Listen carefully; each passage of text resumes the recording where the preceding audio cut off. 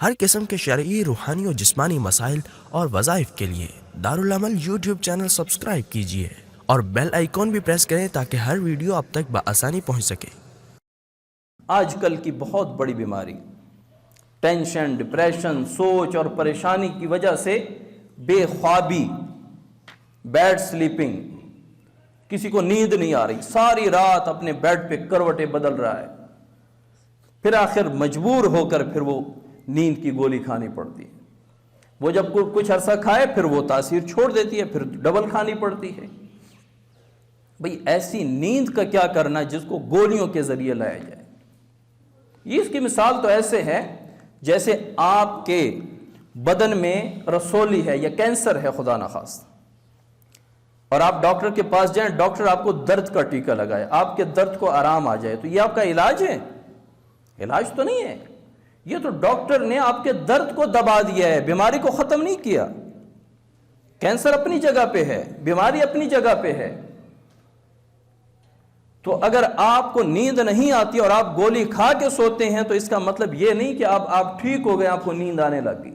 یہ بالکل ایسے ہے جیسے انجیکشن سے کسی کا درد دبا دیا۔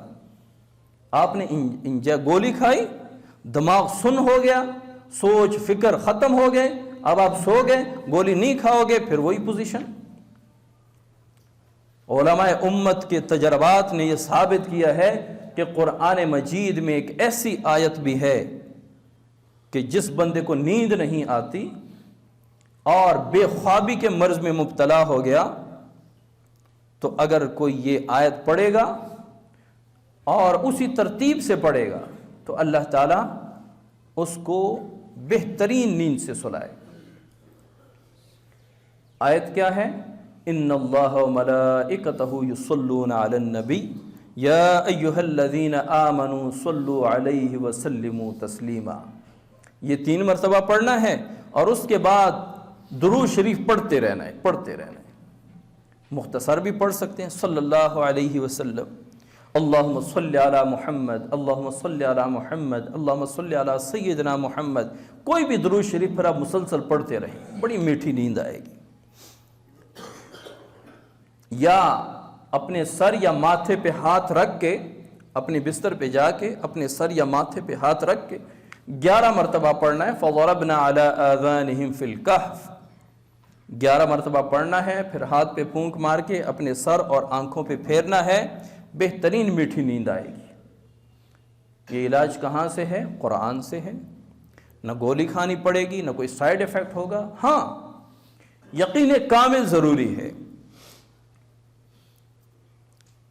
یقین کامل ہو، کسی پر اللہ پڑھ کے پھونک ماریں تمام امراض ختم ہو جائیں گے۔ ہمارے یقین کچے ہیں۔ صحابہ 1 مرتبہ سورہ فاتحہ پڑھ کے اللہ تعالیٰ شفا عطا فرماتے ہیں، ہمیں 7 مرتبہ 21 مرتبہ پڑھنا پڑتا ہے۔ یقین کی کمزوری ہے۔ یقین جتنا پختہ ہوگا اتنا ہی اللہ تعالیٰ اس کے لیے تاثیر تو ہے ہی ہے۔ قرآن مجید میں، اسماء حسنہ میں، آیات کریمہ میں، قرآن مجید کی آیات میں بہترین تاثیر ہے، لیکن جتنی ہماری یقین کا لیول بڑھتا جائے گا تاثیر ہمارے لیے بڑھتی جائے گی، ہم پر وہ جلدی اثر انداز ہوگا۔